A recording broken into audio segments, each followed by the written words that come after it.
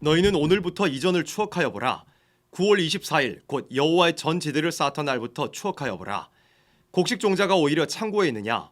포도나무, 무화과나무, 석류나무, 감람나무의 열매가 맺지 못하였었느니라. 그러나 오늘부터는 내가 너희에게 복을 주리라. 학계 2장을 보면 9월 24일 오늘부터는 내가 너희에게 복을 주리라고 말씀하셨습니다. 9월 24일부터 주겠다고 말씀하신 축복이 무엇인지 살펴보겠습니다. 가장 먼저 구약 역사 속에서 9월 24일에 무슨 일이 있었는지부터 알아야 합니다. 하나님의 백성 이스라엘은 다윗의 아들 솔로몬의 범죄로 말미암아 북이스라엘과 남유다로 분열되었습니다. 북이스라엘은 시작부터 끝까지 금송아지를 섬기다가 북방 아수르에게 멸망당해 먼저 하나님 앞에서 제한바 되었고, 얼마 후 남유다도 몇몇 선한 왕들을 제외하고는 모두 우상 숭배와 타협의 죄를 범하며 선지자들의 경고를 무시한 결과 북방 바벨론에게 멸망을 당하고 말았습니다. 다윗을 통해서 준비하게 하시고 솔로몬을 통해서 건축하게 하셨던 예루살렘 성전이 불에 타고 하나님의 백성들은 포로가 되어 멀리 바벨론까지 끌려가게 됐습니다. 유다가 멸망할 당시 활동했던 선지자인 예레미야의 예언대로 하나님께서는 부패한 유다를 심판하기 위하여 북방 바벨론의 세력을 불러오셨고 유다를 완전히 멸망케 하셨습니다. 하나님께서는 하나님 백성들의 죄로 인한 복역의 기간을 예레미야 25장 29장의 말씀과 같이 70년으로 정해두셨습니다. 바벨론의 첫 번째 유다 침공으로부터 70년이 흐른 뒤 하나님께서는 이사야 선지자를 통해 미리 예언해 두신 대로 고레스라는 바사 왕을 일으켜 유다 백성들에게 해방을 주고 자기 땅으로 돌아가 성전을 건축하게 하셨습니다. 유대 총독 스룹바벨과 대제사장 여호수아가 백성들을 이끌고 유대 땅으로 귀환했습니다. 하나님께서 베풀어 주신 은혜로 필요한 모든 것들을 공급받고 제자리에 다시 가져다 놓을 성전 기명들도 되돌려받아 성전을 재건하기 위해서 귀환했습니다. 돌아온 그해 7월 먼저 하나님 앞에 초막절을 지켰고 성전 재건을 위해서 여러 가지를 준비했습니다. 이듬해 2월 성전 재건 역사를 시작했습니다. 성전 지대를 놓을 때 제사장들은 나팔을 불고 아삽 자손 레위 사람들은 재금을 들고 여호와 하나님을 찬송했습니다. 지대가 놓였을 때 이전에 있었던 솔로몬 성전의 파괴 전 모습을 기억하는 노인들은 대성통곡했고 다른 여러 사람들은 기뻐하여 찬송하는 일이 있었습니다. 그러나 얼마 지나지 않아 대적들의 회방으로 성전 건축이 중단되고 말았습니다. 한 해, 두 해가 지나 중단된 기간이 15년 이상 흘렀을 때 하나님의 성전을 건축하기 위해 먼 길 고향 땅으로 돌아왔던 유다 백성들의 마음은 모두 성전으로부터 멀어져 있었습니다. 그때 하나님께서 학개와 스가랴 선지자를 통해서 유다 백성들에게 각성과 격동을 주셨습니다.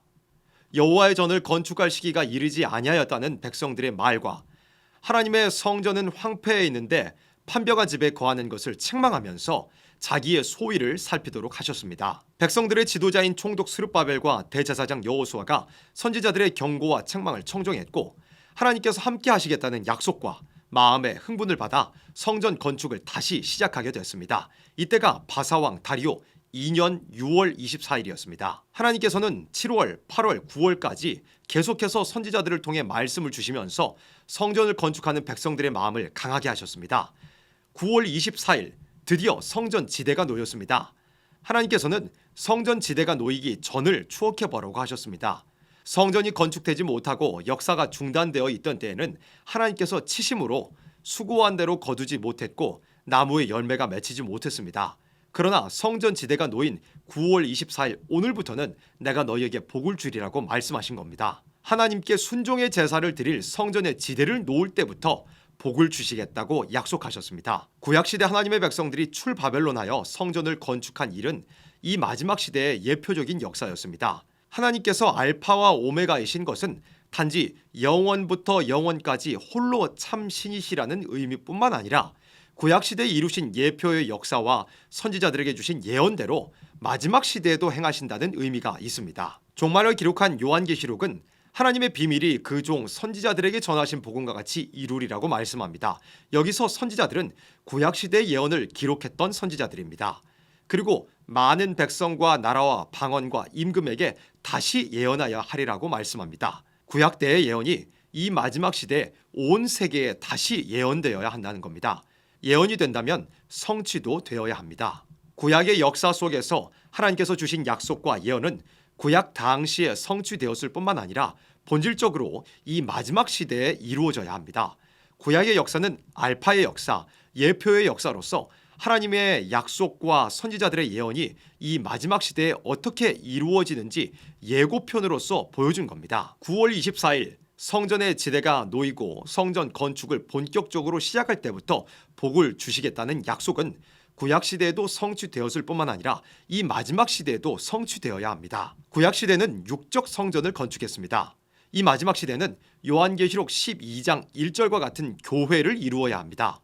예언의 말씀을 햇빛같이 밝혀 조금의 흑암도 용납하지 않는 교회, 모든 성도들이 말씀의 빛을 받아 성별되고 달과 같이 어두운 세상을 비추는 교회, 12사도와 같이 순교의 정신을 가지고 싸워나가는 교회, 해산의 수고를 다하여 부르짖는 교회, 철장든 종을 해산해내는 교회를 이루는 겁니다. 구약시대는 실제 9월 24일 성전지대를 놓은 날부터 복을 주시겠다고 말씀하셨습니다. 이 9월 24일은 지금 우리가 사용하는 달력으로는 12월 초에 해당합니다. 이 마지막 시대는 9월 24일이라는 날짜에 무슨 일이 벌어지는 것이 아니라 초대교회가 이루어지는 그날이 바로 하나님께서 약속하신 9월 24일의 의미를 가지게 됩니다. 학계 2장 21절로 23절의 말씀은 구약시대에도 이루어지지 않았습니다. 하나님께서 하늘과 땅을 진동시키시고 열국의 보좌를 엎으시고 열방의 세력을 멸하시고 그 병거들과 그 탄자를 엎드러뜨리시고 말과 그 탄자가 각각 그 동무의 칼에 엎드러지는 일은 구약시대에 없었던 일입니다. 그러나 마지막 시대 초대교회가 이루어질 때 성취될 말씀들입니다. 특히 23절에서 구약시대 성전을 건축했던 스룹바벨에게 너를 취하고 너를 인으로 삼는다는 말씀은 이 마지막 시대 요한계시록에 기록된 인맞은 종들을 통하여 성취될 말씀입니다. 924에 대하여 정리해봤습니다. 구약시대 역사는 예고편과 같았고 하나님의 약속과 선지자들의 예언은 이 마지막 시대에 분명히 성취되어야 합니다. 우리는 924에 약속하신 축복을 받기 위하여서 소위를 돌아보아 흐트러진 마음들을 바로잡고 무엇보다도 초대교회를 이루기 위해서 애써야 합니다.